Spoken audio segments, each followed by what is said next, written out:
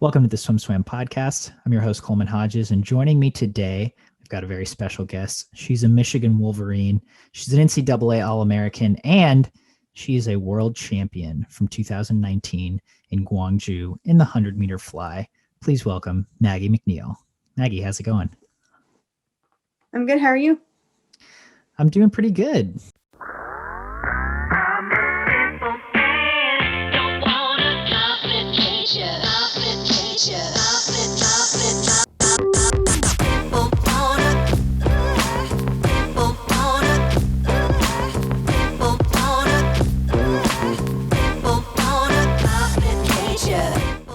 You are back in Ann Arbor training at Michigan. How has that been going so far, especially, with COVID spiking in recent weeks and just, kind of the COVID precautions in general throughout these last few months?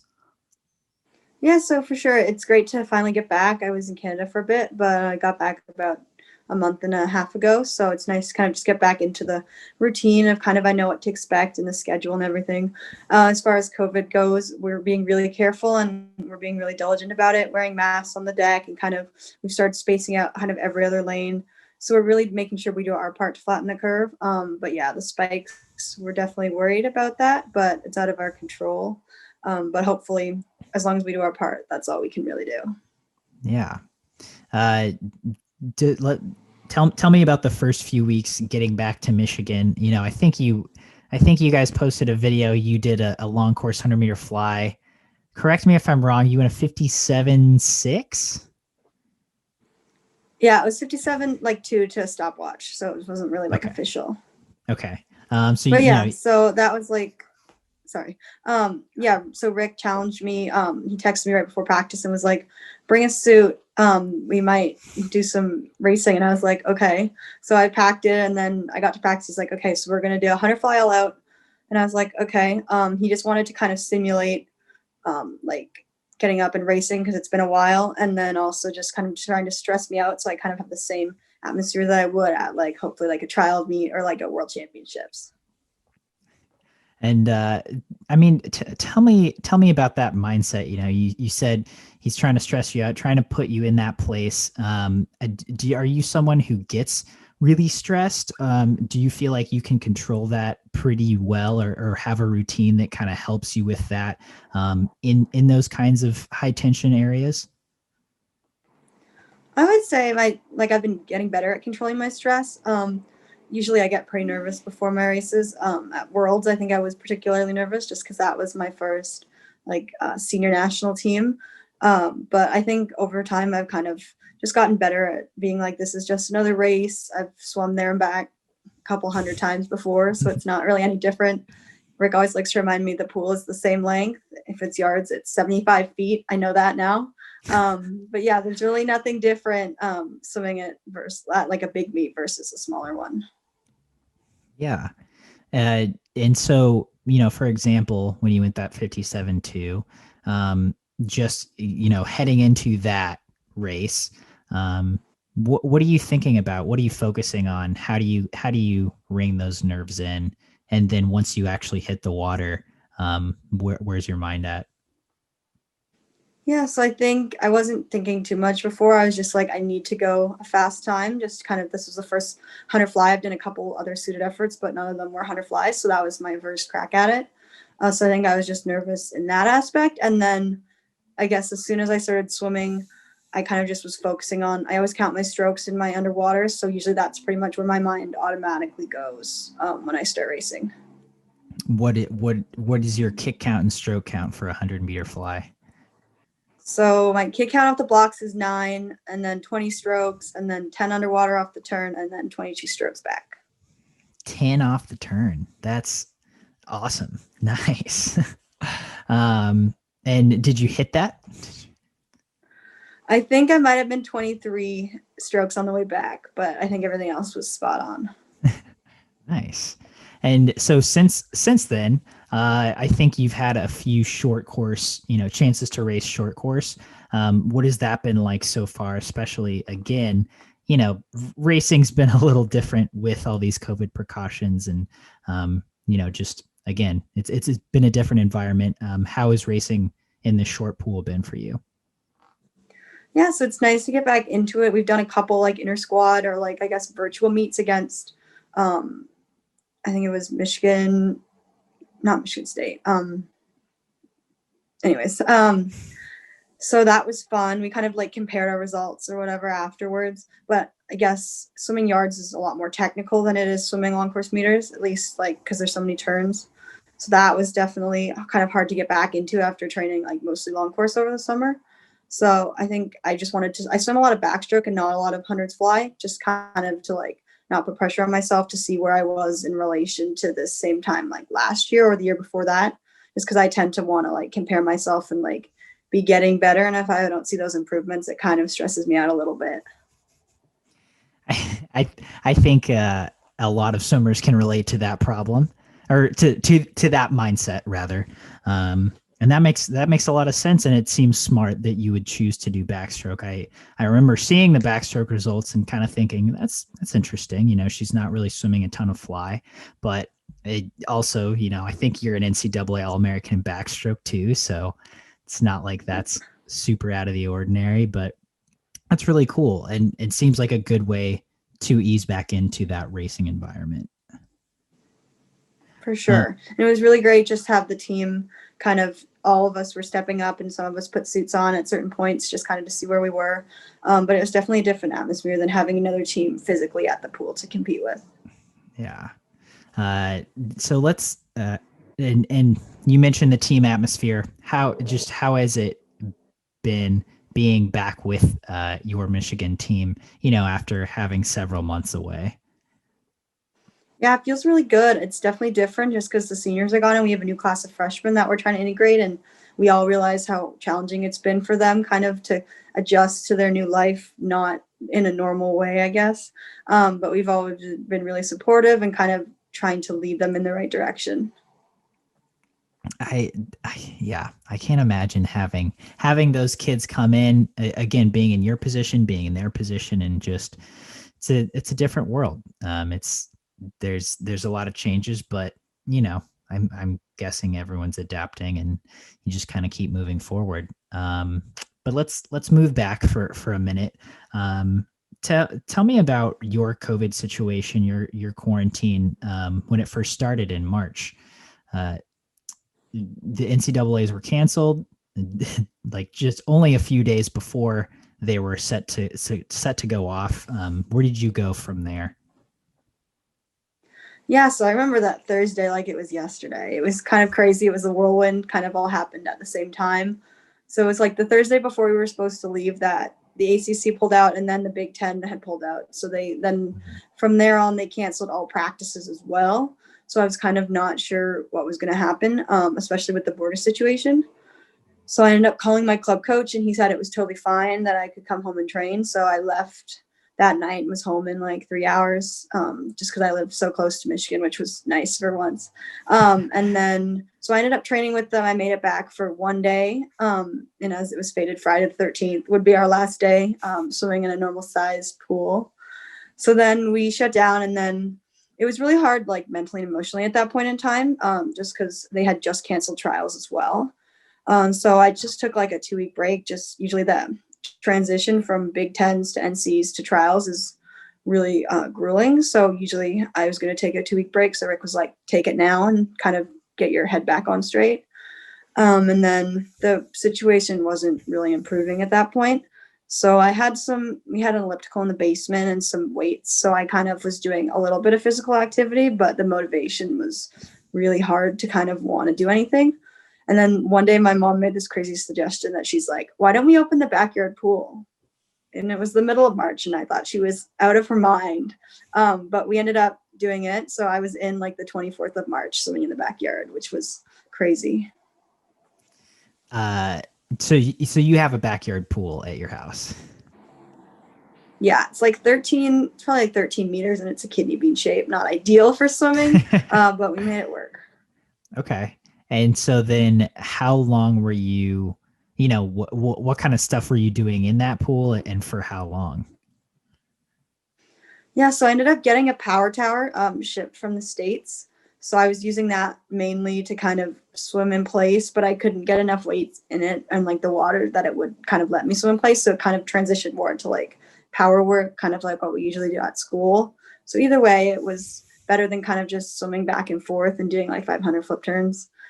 So that went on until from like the end of March, I guess, to like the end of June, when the High Performance Center Ontario was the first like real pool to open back up in Ontario, or in all of Canada, I guess. Okay. And then you were able to train there. Yeah, so I went there. We were doing singles at first, so my dad and I, we would just drive back and forth. So we get up at like 4:30 and kind of make the trek to Toronto and then drive back after. So it wasn't too bad. And then originally the plan was to come back to Michigan when we first opened in the beginning of July.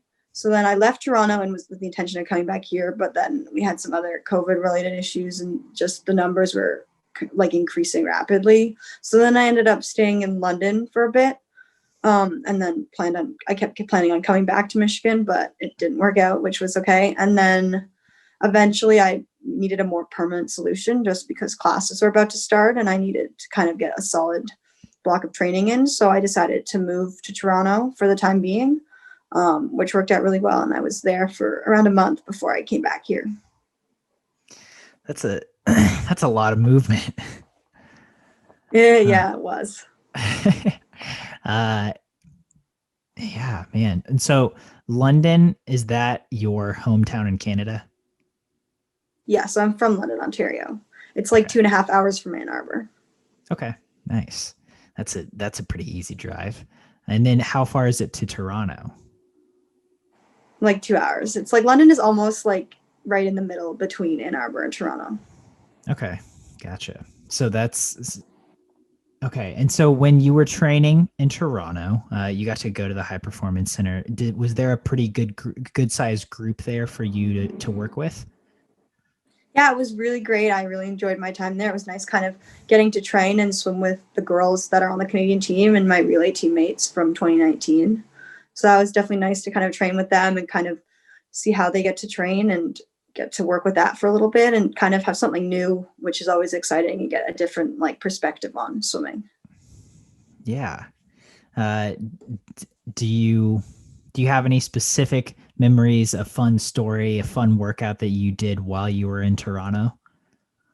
Yeah, they do something in Toronto called the weight swim combo, which I really enjoyed. It's like you do like a really hard like power workout on like arms or legs, like you isolate one of them, and then you'll get out and do like a short like weight lift with it, focusing on whatever part you worked on in the pool, and you do that a couple times, which I thought was really innovative.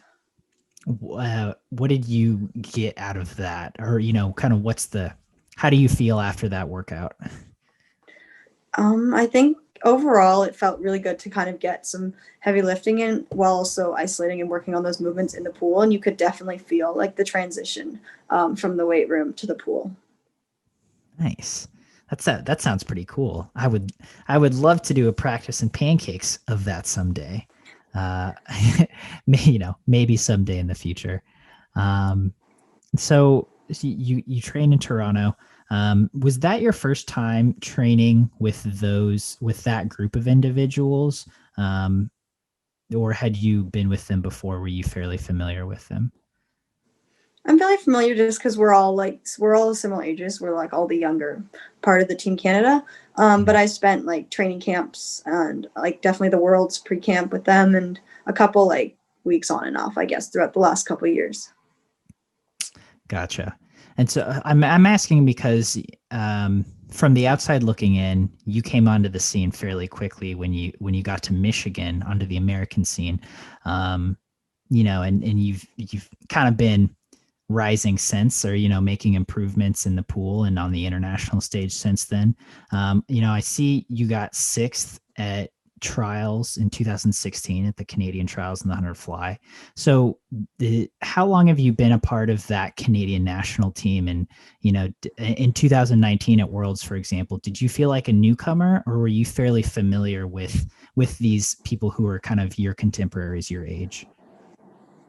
Yeah, so I think I definitely was familiar with them. I was on So my first senior national team was 2019 Worlds, but I was on like the Canadian junior team starting in 2015. My first meet, I think, was the Australian Age Group Nationals when we brought a contingent there. And then I was at 2015 Junior Worlds and then 2016 Junior Pan Pacs. So that was around the same time that Penny and Taylor and Rebecca and Kyla we were all on the same team together. So I definitely knew them growing up. It's just been a while since I was like on a team with them. Gotcha. Nice. That's that's pretty cool to be able to grow up with, with people who are your own age who you make that senior national team and you're already fairly familiar with them. And so let's talk about that 2019 World Championships. What were your thoughts, once you qualified for that? Did you guys have a training camp at all? Yeah, so after trials in April, we had a 1 week kind of training camp where we kind of got together and worked on relays and kind of team building. So that happened like in May for like a week. And then we had a 2 week training camp in Toyota, Japan before we headed over to Korea for Worlds. Okay. And in that training camp in Toyota, how are you feeling physically? How are you feeling just confidence wise heading into your first, senior international meet? Yeah, I think I was super excited. I mean, obviously nervous too, just because it was my first senior national meet, but I think I felt pretty good in the water, and it was kind of just the whole experience of it all made it a lot more, I guess, memorable. Yeah. Do you have, heading into a big meet like that, do you have any traditions, any, any superstitions that you uphold going into the meet, before the meet, when you get to the meet? Not really. I feel like I just like to keep my routine as similar as possible as I can, just to make sure that I know that I can fall back on that and kind of know that that's been the same and a constant, and the results have gone well. But that's not always the reality, but I like to try to keep it as similar as possible. Makes sense. And so once you get to Gwangju, did you 100 fly, 400 free relay, were those on the same day? Yeah. So I did the relay in the morning, and then I also had the 100 fly. So the 100 fly was my first event at Worlds, though. Okay. Tell me about that first prelims. I mean, that's like, it's not an insane double, but that's a double at like a big meet like that. Where how did you feel about swimming that prelims and then again in the finals? Yeah, so I think I didn't try to focus too much on the double. I kind of just wanted to focus on the 100 fly first, and then I knew the relay was going to come after. So I think the 100 fly was just kind of working on technique and not going full out, but going fast enough that I knew I could make it back. And then on the relay, I knew that was where I had to go if I wanted the spot on the final relay. I was fourth at trials, so it was between the fourth and the fifth person if we got to swim on the night relay. So I think that I really felt the pressure there. But it was really great doing it with the team and with the girls, and it definitely made it more fun and less stressful. Now, you said for the 100 fly, you're just kind of focusing on technique, trying to make it back, obviously. As someone who it was your first Worlds, but you had seen success before that on different stages. Did that feel comfortable? Did that feel nerve-wracking? I mean, again, your first time coming in, but you have that confidence of, I think I've got something pretty special in the tank. Yeah, so I think I definitely was feeding off the adrenaline at that point. I wasn't like too worried about like going really fast, but I also was like, I need to kind of keep my emotions in check and just focus on what I can do. Like I can't really rely on what anyone else is doing. So I just kind of had to keep myself in my own lane and then just swim it. It really helped that I was kind of beside Sarah for all three prelims, semis, and finals. So I think that definitely helped in the end. What was helpful about being next to Sarah for all three races? So I've never really swum beside Sarah previously, so I kind of got to see what her strategy was and kind of how fast she goes and how she brings it back, which I think was useful by the end. Definitely. I mean, that makes sense. Before we get to that end, you have the 400 free relay that night. You have the 100 fly semis. you make it there, you make it into finals. And then you got the anchor. How do you feel about anchoring? Yeah. How do you feel about anchoring relays generally? Generally, I used to anchor all the relays in age group swimming, so I was used to that. But as soon as I got to college, we realized how slow my relay takeover is. So I've been elected to go first on freestyle relays, and then usually swimming backstroke, which I did near the end of last year. So I didn't have to really do relay takeovers there either. But that's definitely something I want to work on. But I think the scariest part of anchoring was who I was anchoring next to. Because on one side I had Kate Campbell, who was the previous world record holder and world champion, and then on the other side I had Simone Manuel, who was the co-Olympic champion, and then it was just me, and I was like, I just got to go for it. Yeah, I mean, what else can you do, right? I think I'm looking at the results. I'm trying to do the math right now. Were you guys ahead? Were you We guys were in first when Penny touched before I dove in. Yeah. Okay. And so I'm not trying to rub salt in the wound. I think you guys ended up in the bronze medal. That's a great accomplishment. And like you said, you're going up against two of the world's very, very best. But certainly, so why did they pick you to anchor? Did you tell them like, no, I should lead off. My relay start's not great. Did they have that knowledge heading in? I don't think they knew how slow my takeover was, but I knew I definitely didn't want to go first just because I feel like the first leg is kind of, you either go really fast or you're last, and that's kind of where you're positioned for most of the race, and trying to catch up is a lot harder than being out in front first.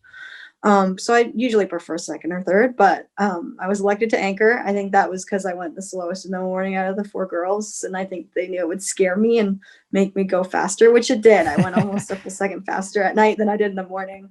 But I knew we weren't going to win or come second, so I just wanted to get us a medal at that point. So I rode the waves on the right side and touched the wall third, which was great.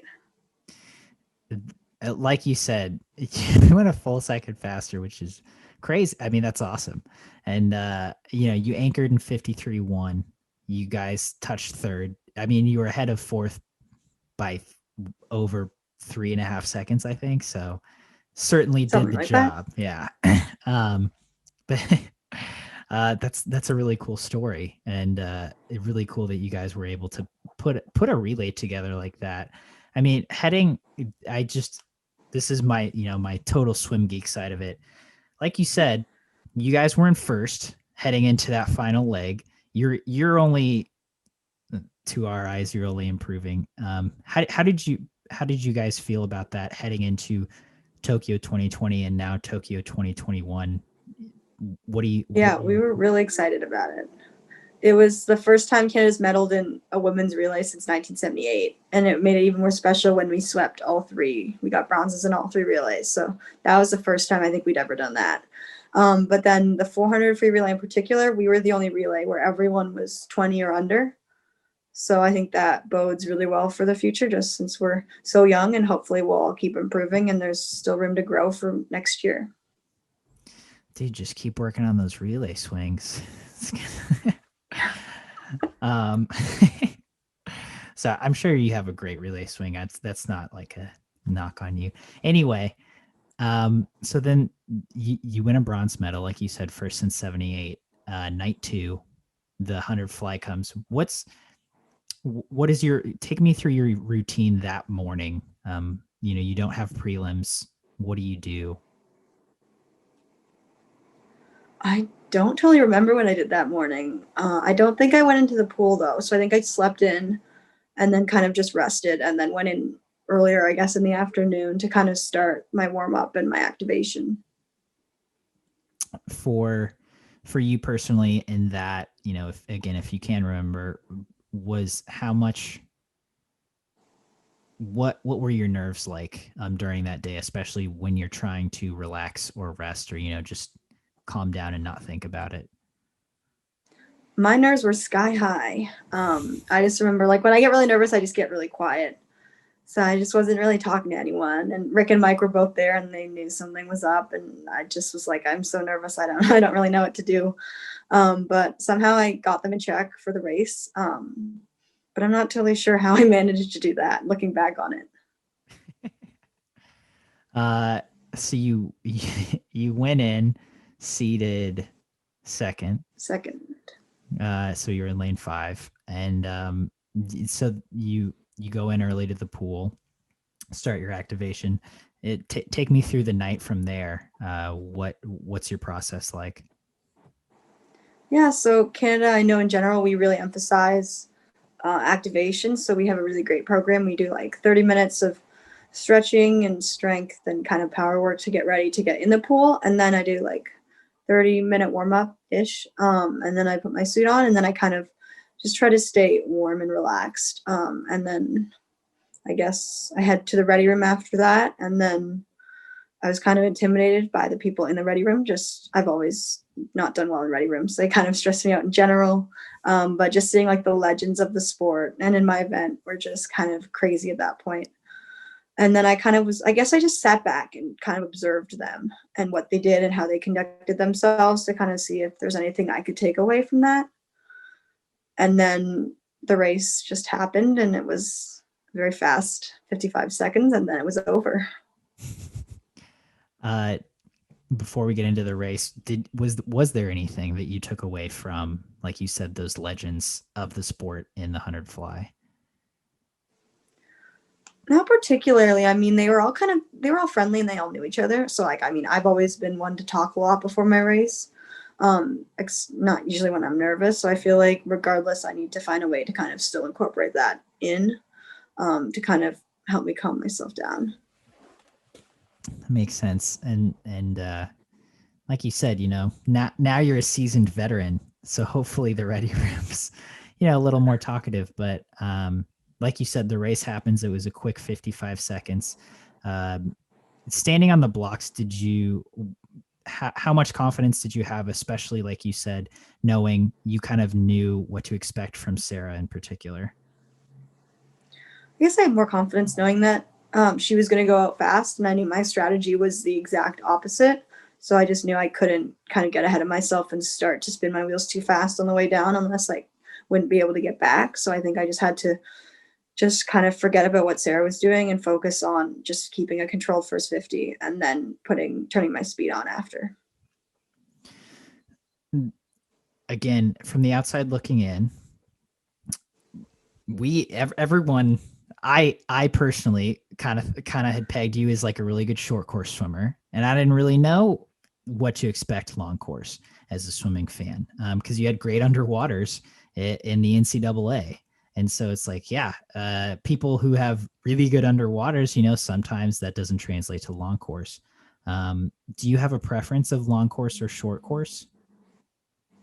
I really did when I arrived in college. I was always a fan of short course meters, and then making it even shorter and going to yards. I love that even more. Yeah.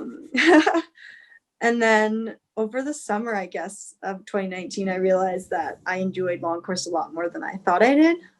And then there's just some days now where it's just like, if I don't feel like doing a bunch of turns, or if I kind of want to just be able to focus on my stroke more and just be able to just swim a longer distance at one point, then I'll just prefer swimming long course. But it really depends on the day. But I do enjoy both a lot more now. Yeah. What do you enjoy about that long course swimming? Like you said, you kind of get some more time to work on your stroke. But yeah, what do you enjoy about long course now?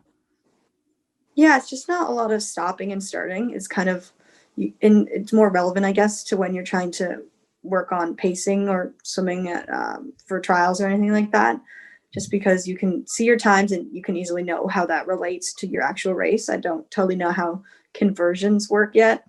I'm still trying to figure that out. But I just know they're not that accurate. So definitely certain sets I prefer to do long course, but other ones, short course is definitely the way to go. What is a long course favorite of yours? What set would you prefer to do long course?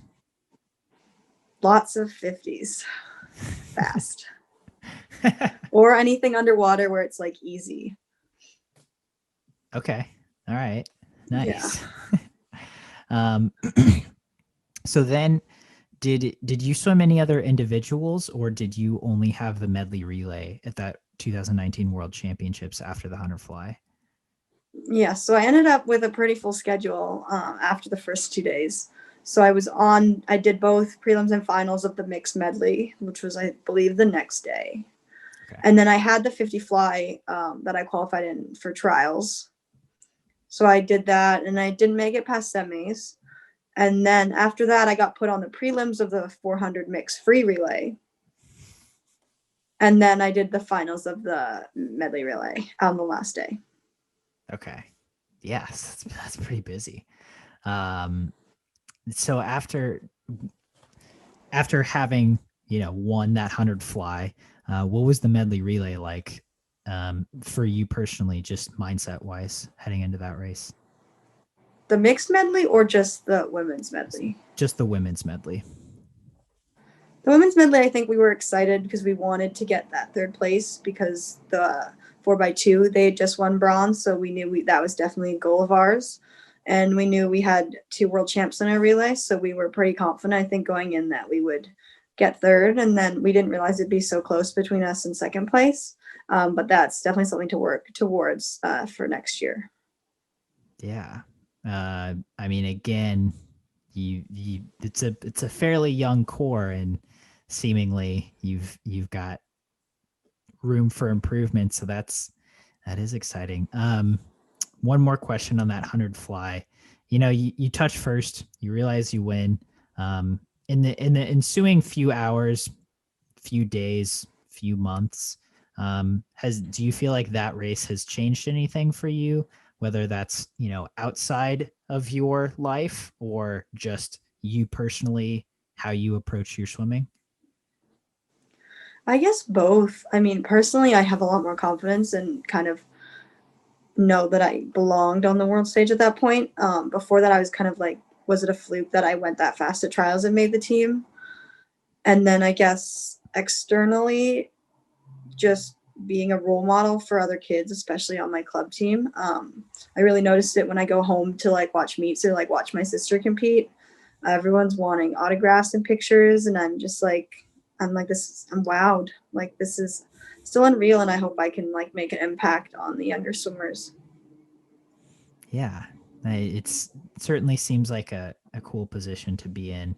Um, it's total change of topics. Did you watch the ISL at all? Yes.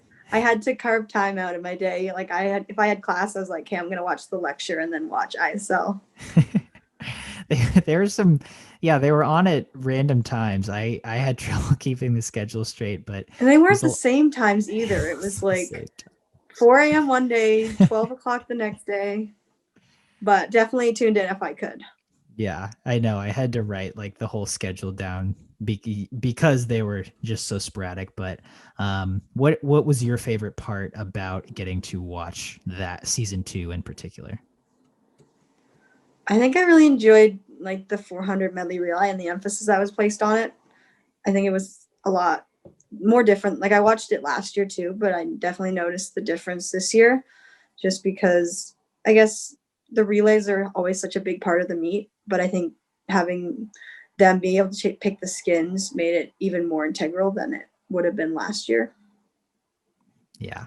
Are you is ISL something you are itching to do, or are you is that something you would do in the future? Yes, I really want to, for sure. That's definitely a goal if it's still going on then. I really hope so. That would it would be cool. I've never even gotten to see you swim short course meters, so I feel like I've seen you swim yards and seen you swim long course, and I feel like that would be pretty exciting. Do Yeah, it's been a while since I've swim meters. So I'm like looking at these times and I'm like, I start to forget how fast short course meters times are and kind of how they relate to yards and long course now. I'm glad the ISL's around because for that reason, so I can be like, so I can actually get a gauge on what short course meters times mean. Because otherwise, it's just kind of like that's a time. Yeah, for sure. So wrapping up, moving forward into the next couple weeks, couple months, do you have short-term goals? Obviously, the Olympics are on the horizon. Maybe NCAAs are on the horizon, but who knows? So with all that uncertainty, what are you focusing on? Heading into Christmas, heading into what is hopefully NCAA conference season. Yeah, so everything is so unknown. I don't even know if I can plan like next month. I guess it will all depend on the quarantine days for when I return to Canada for trials. So I think that will pretty much dictate how my NC2A season will look this year. But I'm super excited because the Big Ten has scheduled dual meets for the Big Ten conference starting in January. At least that's what we've been told. So I think that'll kind of be fun to get back into real racing and getting to compete with another team like in person. Nice. Yeah, I think we're all ready for dual meets again. And obviously can't rush it, but that would be exciting if that does end up happening. Well, Maggie, thanks so much for your time. Any parting thoughts before we close out? No, I'm good.